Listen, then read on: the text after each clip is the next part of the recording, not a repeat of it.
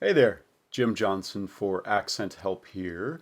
And I had a question from somebody actually about different T realizations. So I wanted to talk about different ways to explain some of these phonetically. Okay? So the basic T symbol, well, technically, when you see the typed version, it's got this little curl at the bottom and then the cross, and this would be like right at the line where it's written. I prefer to just write it like that, sort of straightforward T, to not confuse it with another T that actually goes a little bit below the line and then curls, and that's the retroflexed T.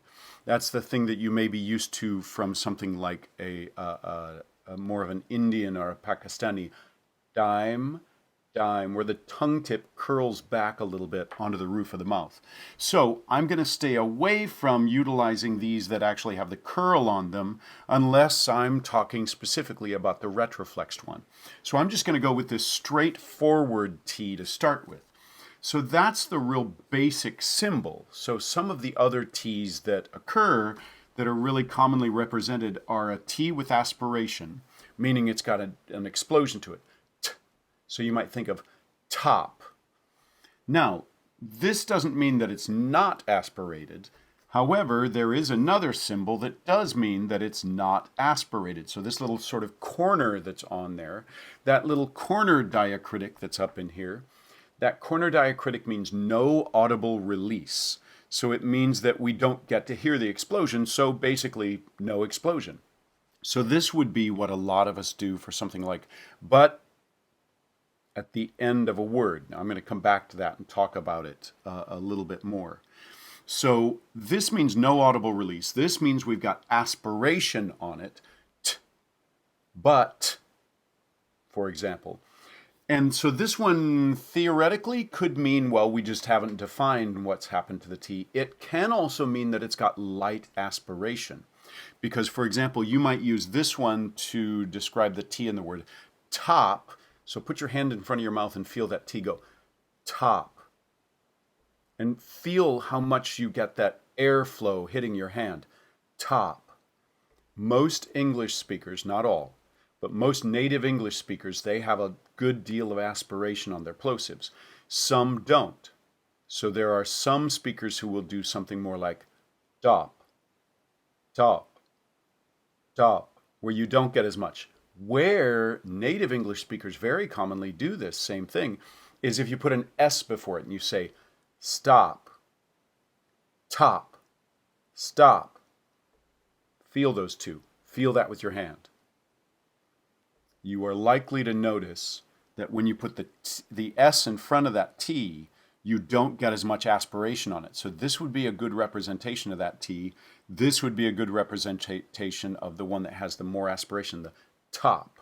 So those are a couple of options. I'm going to come back to this one again, okay? But those are sort of the basic T's, okay? Now, a couple other ones that I use a decent bit and that I actually need people to work on oftentimes is I'm going to do the same thing. I'm going to write a couple of T's and I'm going to write a little N up there and I'm going to write a little L up there. And this means nasally released and this means laterally released. So this one will commonly occur in a word like button, written. This one will commonly occur, although most Americans will turn it into a more D-like sound, in something like little, bottle. So when you release it, bottle, and it's going around the sides, that's the lateral release that this diacritic of that small L represents. When I put that superscript of the N in there, that means I'm sending it through my nose instead of out here. But,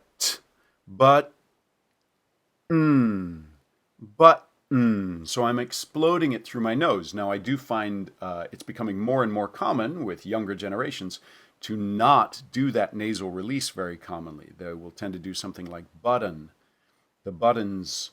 So that's a different variation on that. So you do want to be capable of doing that nasal release so that you have that choice.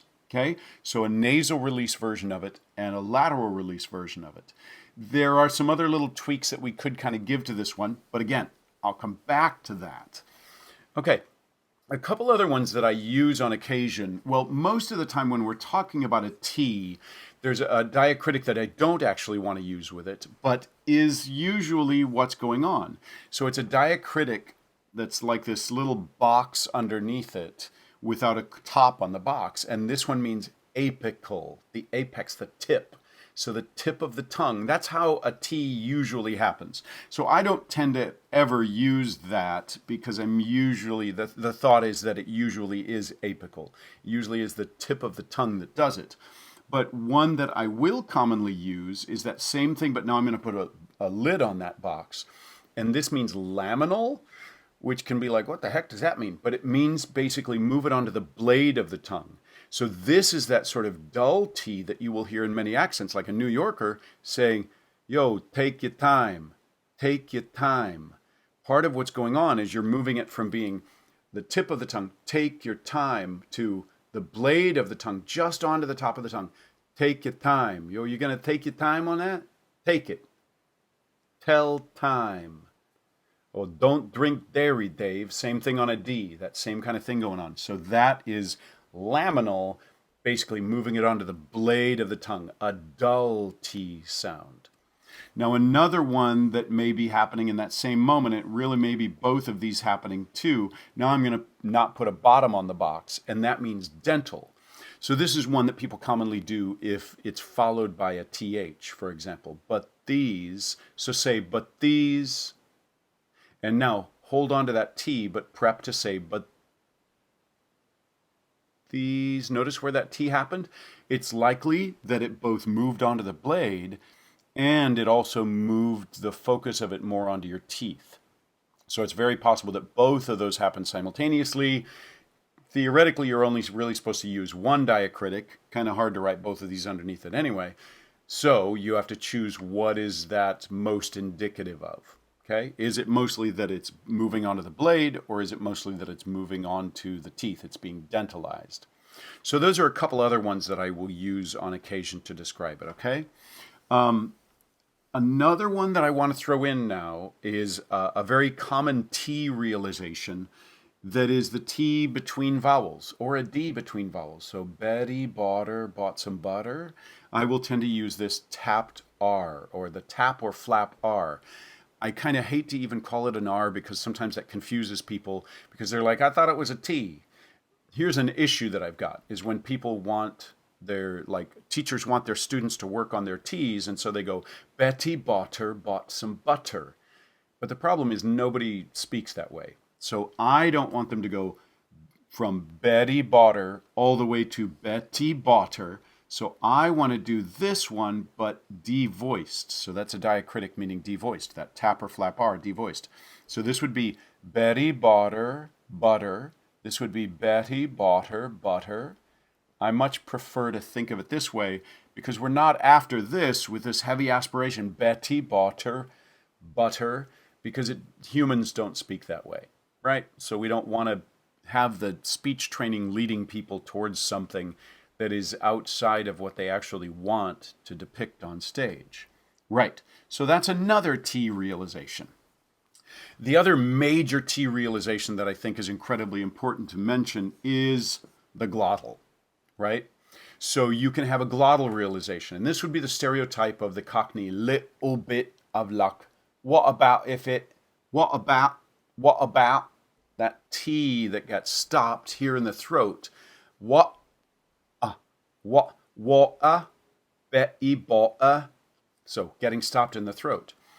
Now you can also have a glottal like that has a corner on it that represents a T. So example, if you say, what kind? What kind? If you even reach for the T, which I don't think you probably do, you're probably just stopping it here. What kind? Because your tongue is getting ready for the K, it's not going to reach up for the T much of the time in your connected speech. So it may just be this full-on glottal that has no audible release. What kind? So it stops in the throat, tongue comes up for the K and gets ready for that next word. So you may have it happen that way. Now, another thing that I like to describe, and now we're getting a little overly complicated, is I think what a lot of the times, actually, no, I'm going to say this is what I think we're always doing. When we do a T at the end of a word and we do something like what, that kind of thing, and the T is reaching up here, I think we've got no audible release and we've got these two things really happening simultaneously. Now, theoretically, I suppose I could put a corner on that. There's no audible release on that on that glottal. It'd be nice if I actually wrote it so you could read it. I think that starts to be complicated. So usually I'll just put it on the second one and say these two are really happening simultaneously. So this would be what I really think we're doing whenever we do that stoppage in the throat of what? If the tongue reaches towards the T.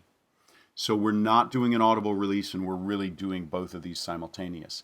If I had to narrow it down to which one of them is closest to what's really happening, this is really where the stoppage is happening. So I think that's another reasonable way to depict a T as it occurs. Now, one thing that I wish that there was a way to depict is that I wish there was a way to show a lighter or a heavier stoppage of the glottal.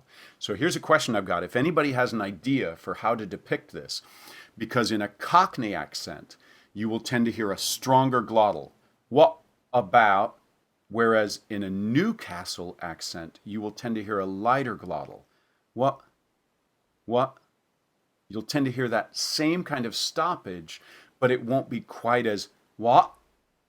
Quite as sort of violent, quite as strong. So it's like a lighter glottal. So if anybody has an idea for how to depict that, that's more indicative of like a Newcastle accent, I would love to hear it. If you want to throw a comment down in there, please do. If you want to learn more about accents and sounds like these and use them in action in various accents, you can check out accenthelp.com.